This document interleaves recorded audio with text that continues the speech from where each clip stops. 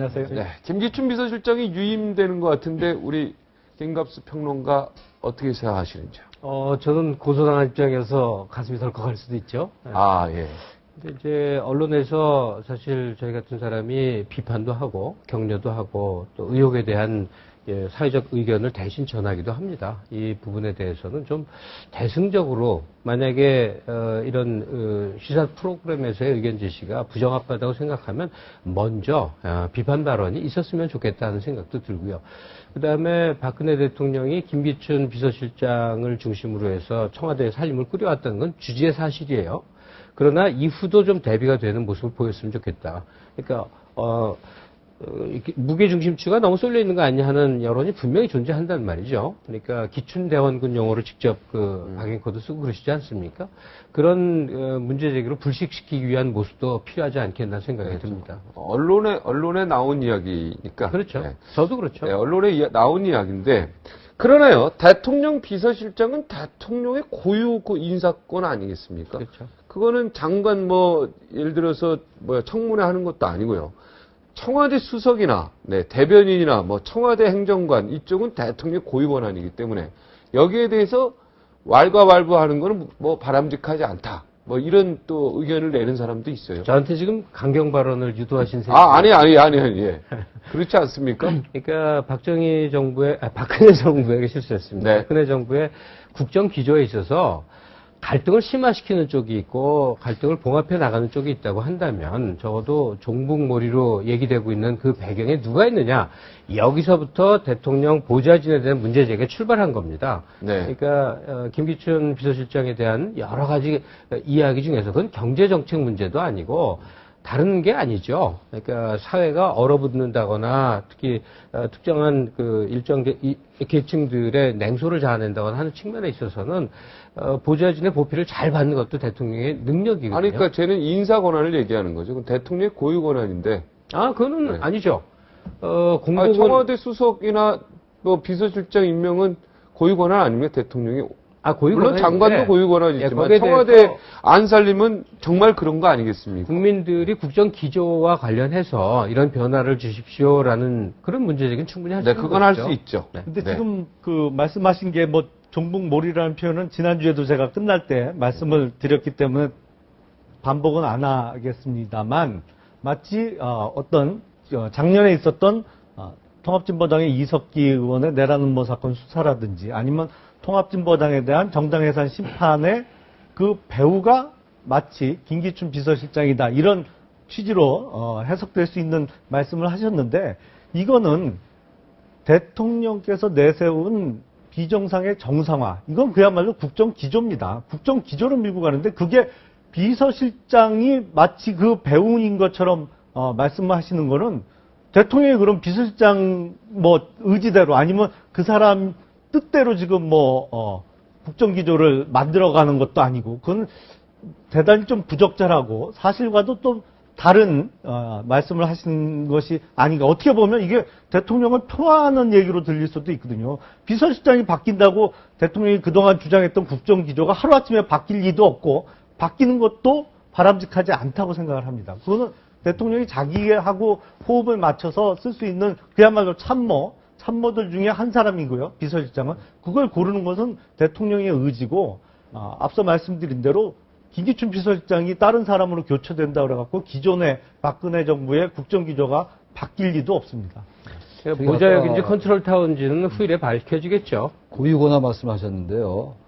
대통령의 고유권한 맞죠. 그런데 전 항상 얘기하는 게 이 민주주의의 가장 기본 원리가 국민이 주인이 아니겠어요? 네네, 국민에게 있는 건데 바로 그런 관점에서 대통령의 고유 권한이긴 합니다만 청와대와 당과 내각과의 관계에 있어가지고 청와대가 상당히 우위에 있었다라는 지적이 여러 번 제기됐어요. 그 정당이 특히 집권당이 자신의 목소리를 어느 정부 때 청와대보다 당이 우위에 있었던 적이 있습니까? 글쎄 우리나라의 대통령제의 구조적인 그렇죠. 청와대가 특성이거든요. 어느 그래서 정부나 제가 항상 얘기하는 게 예.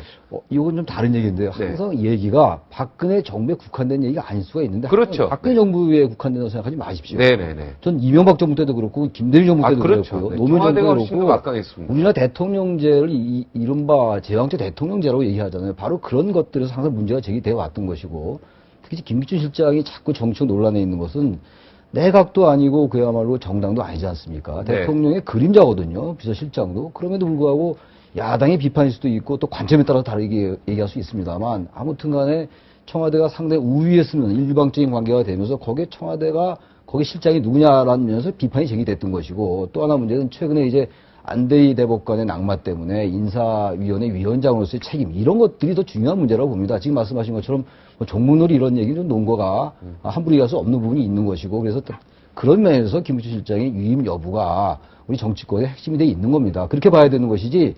그 유임이 지금 바람직하다. 저는 바람직하다 하기 전에요. 네. 지방선거 이전에는 유임이라기보다는 김기춘 실장이 물러나는 것으로 대체로 기정사실화되는 분위기가 있었어요. 그런데 지방선거 끝나고 난 다음에 대개 유임 쪽으로 가닥이 잡히는 것 같아요. 네, 지금 유임 쪽으로 그 이유는 사실 남재준 원장이 물러나고 김장수 실장도 물러났지 않습니까? 그리고 이제 복심이라고 얘기하는 이재훈 수석이 물러나면서 청와대의 어쨌든 대통령 주위에 가장 가까운 신뢰를 했던 인물들이 일단 공백이 생기니까 실장은 좀 계속 있으면서 내각을 다 이제 개편하고 청와대 참모진 개편에 다음에 물러나는 게 아니냐라는 쪽에 무게가 두어지면서 유임 쪽에 가닥이 잡히는 것 같거든요. 그래서 아무튼 간에 김기춘 실장이 당장 물러날 가능성은 대단히 희박해 보이긴 합니다. 근데 저는 그 언론도 좀 문제가 있다고 보는데 우리가 2주, 3주 전입니까?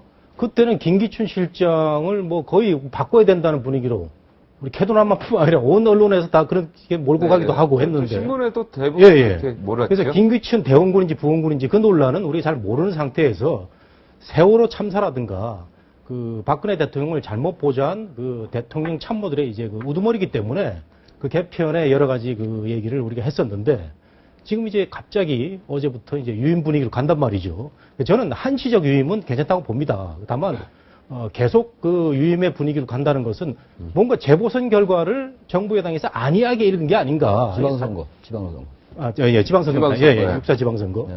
사실상 뭐 그 강남의 분위기라든가 뭐 부산, 대구의 분위기를 보면 여당이 뭐 저는 판정했다고 보는데 이것을 또 박근혜 대통령의 힘으로 선방했다. 이런 식의 그 해석에 따라서 이정현 홍보수석이 나흘로 사업 표명을 하면서 김기춘 실장의 거취를 조금 보존하려는 이런 움직임이 있다면은 이건 정부 여당이 조금 민심을 쉽게 읽는 게 아닌가 이런 생각이 들어요. 그 정몽기 교수는 비서실장이 나가야 된다 이런 얘기입니까? 저는 뭐 이 수습을 좀 정도를 한 다음에 맨 나중에 2기 정도에는 또 새로운 비서실장으로 하면 또 저는 근데 앞서 네. 말씀하신 것처럼 우리나라가 지금 소위 제왕적 대통령제라는 것을 기정사실화하고 말씀하시는데 저는 그 부분은 동의하기가 어려운 것이요. 지금 우리나라는 제왕적 지금 옛날처럼 무슨 대통령이 여당의 총재를 겸임하고 있지도 않고요. 그리고 요번에 지방선거를 앞둔 소위 새누리당의 당내 경선 결과에서도 볼 수 있듯이 소위 친박과 비박 중에 대부분 소위 비박으로 분류되는 그 후보들이 공천을 받았거든요. 그러니까 여당에 있어서 새누리당에 있어서 어떤 대통령의 의중 아니면 대통령의 측근의 의중이 전혀 먹혀들지 않고 있거든요. 그리고 국회만 해도 그렇습니다. 소위 그 이름도 거룩한 국회 선진화법 그러니까 그 국회법 개정안이죠.